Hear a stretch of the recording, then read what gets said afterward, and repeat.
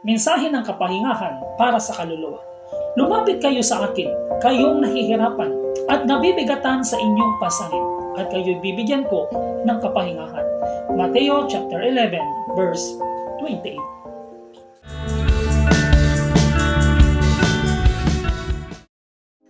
Sa mundong puno ng pagod, problema at alalahanin, naririnig pa rin natin ang mahinahong paanyaya ni Jesus na lumapit kayo sa akin.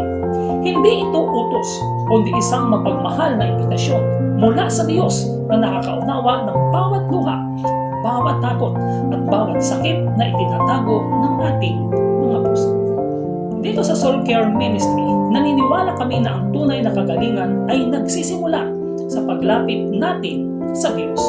Walang payo, walang yakap, o salita na hihigit sa kapahingahang kayang ibigay ng ating Panginoon sa isang pagod na kaluluwa. Hindi mo kailangang maglakad o lumaban ng mag-isa. Lumapit ka sa Kanya. Ang iyong kaluluwa ay karapat-dapat alagaan at ang iyong puso ay karapat-dapat maghilom.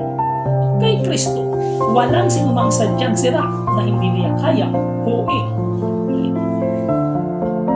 Sumayo ang masaganang pag-ibig at biyaya ng Diyos sa paglalakbay ng buhay.